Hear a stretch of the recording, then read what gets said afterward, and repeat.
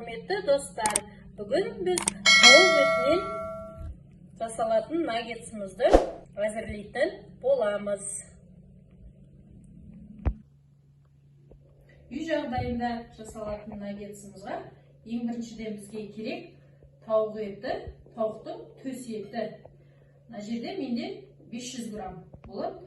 Көбірек жасасаңыздар, көбірек қылып саласыздар. Оған 2 жұмыртқа, одан кейін тұзды мөлшерлеп саламыз қазір. Одан кейін өзімізге керек паприка, мұнда бұрыш, қызыл және қара бұрыш. Енді осы наггетсімізді қазір майға қуыратын кезде ауыстырып алу үшін бізге мынандай кукурузный хлопья дейді. Бұның қантсызын аласыздар. Бұны қазір блендерден өткізіп, осыған аунатып пісіреміз. Ең біріншіден біз тауық етін турап аламыз. Тауық етін ұзын-ұзын қылып турап аласыздар.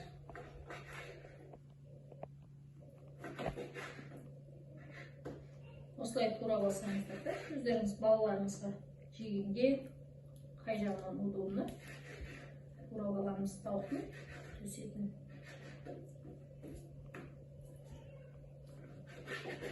Бәрін салонға турап алыңыздар.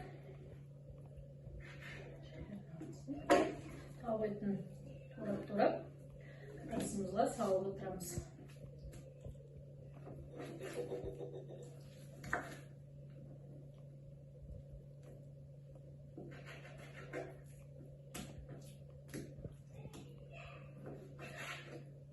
Үй жағдайында жасасаңыз өте дәмді, балаларға күнде демесем де аптасына 1 рет жасап беруге болады.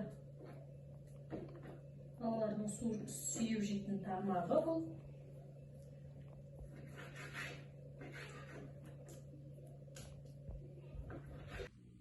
Енді осылай салон қылып бәрін ұзын-ұзын қылып турап алдық. Енді осыған қосамыз тұзды.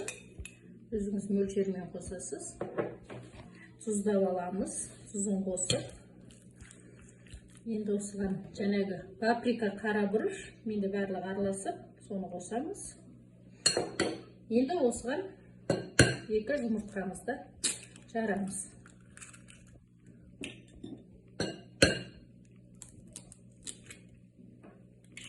Екі жұмыртқамызды жарып алып, барлығын жақсылап араластырасыздар енді.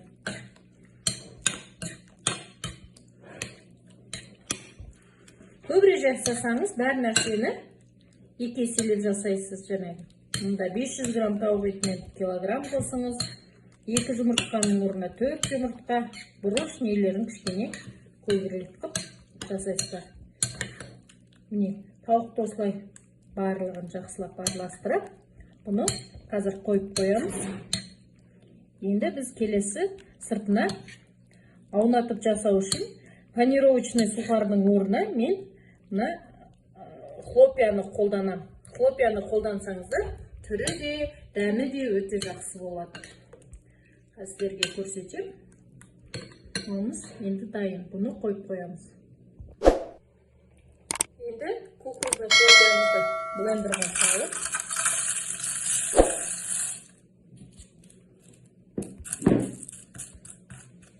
блендерға салып, бұны өткізгіште өткізіп аламыз.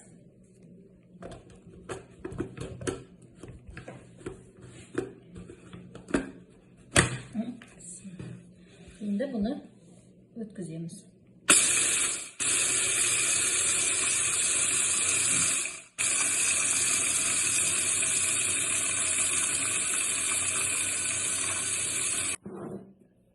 Енді міне блендерді өткізіп алдым.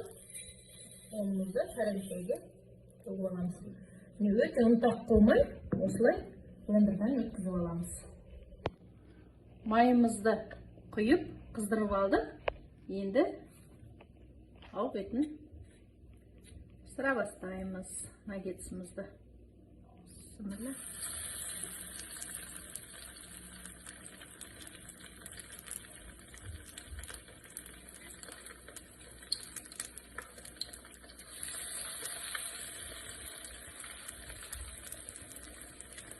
Aralastırıp.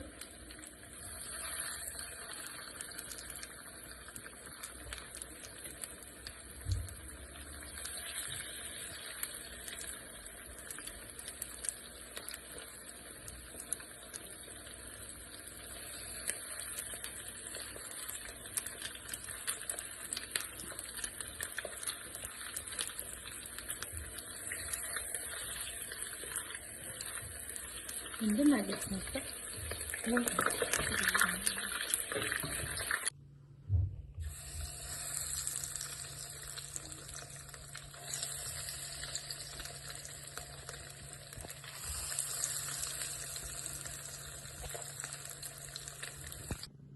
Үй жағдайында жасалатын тауық етінің төсінен наггетсіміз дайын болды.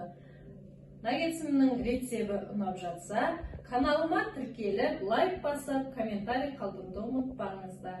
Сау болыңыздар.